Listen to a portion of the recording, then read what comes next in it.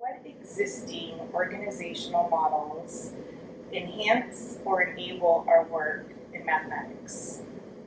So we had a really powerful moment, and we put up the student work here from the discussion that we had, where in between our first 2 days and our second 2 days, teachers went into the classroom, administrators went into the classroom, taught a lesson, brought back some student work, and even though we didn't have the student here, we had such a great discussion about lots of different things, but I think the thing that stuck out the most to me was the idea of how would we grade this? Like, we know that we have to grade, we have to communicate information to students and to parents about how they're doing in mathematics.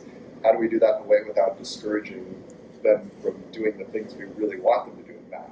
Yeah. So the story problem was there were 19 kids in the pool, and then 12 kids got out. How many kids are still in the pool? And we were looking at the student work and trying to decide what, if we had to grade this, what grade would we give it? And we were saying, let's say it's a 2-point scale. Do we give them 0 points? Do we give them 1 point? Do we give them 2 points? What would those points be for? Mm-hmm. What are some of the things that came up? That collaboration of teachers talking about, they wanted to calibrate that grading. Mm-hmm. And so it's like, well, I would give them 1 point because they have a model drawn, mm-hmm. Their circles representing the kids. And another teacher saying, that if it was 1 point, they wouldn't give them anything at all. Even though you can see, and it's written backwards, but that 7 is there. And so you can see the answer, but they felt like they were making an assumption about the student thinking. But I thought it was really important that the teachers were talking together, and you had talked about that as well, is having the teachers come together. Yeah, and the student work is such a great way to do that. You don't need to get a sub. You don't need to get into each other's classroom. You can do the same story problem together, and you can look at the student work together and see what interesting ideas are coming up.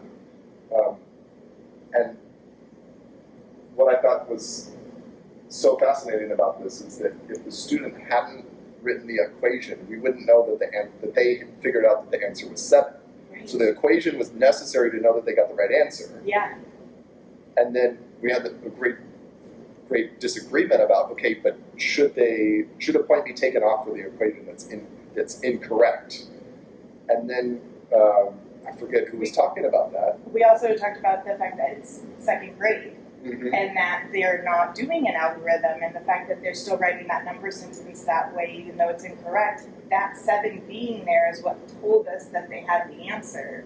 Because just looking at that representation, the teachers in the room with us were saying that they wouldn't necessarily know that they had gotten 7 for that answer. Right, so the equation was necessary in some ways to understand the child's thinking.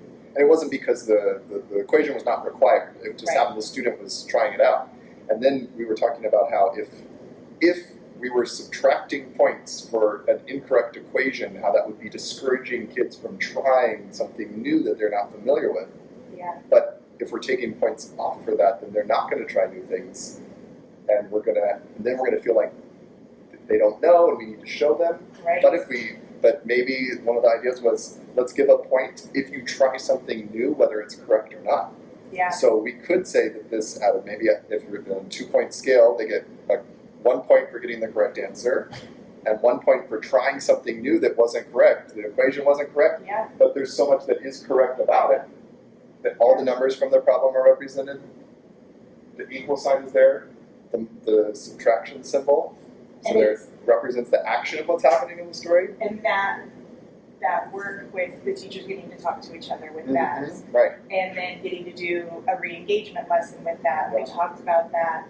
Just displaying the work under the dot camera and having the students talk about what they notice with that work. And then it changes the cognitive demand if they're looking for that error and what could have been changed to improve that number sentence that they tried, but they didn't lose any points for trying something new for. Right. And sometimes, like you said, if our teachers are getting together and we both try this with our students and we come together and we start looking at that work, it really gets us to that collaboration point when we're working with our teachers. Often we tend to, in our time together, we tend to do more coordinating and that we'll both teach this at the same time kind of thing versus getting into looking at student work to guide our instruction. And doing these word problems gives us that opportunity. Instead of talking about what we need to print out for next week, we're talking about, hey, what question did you ask to get students to engage with each other about each other's thinking? Yes. That's collaboration Absolutely. between teachers, yeah.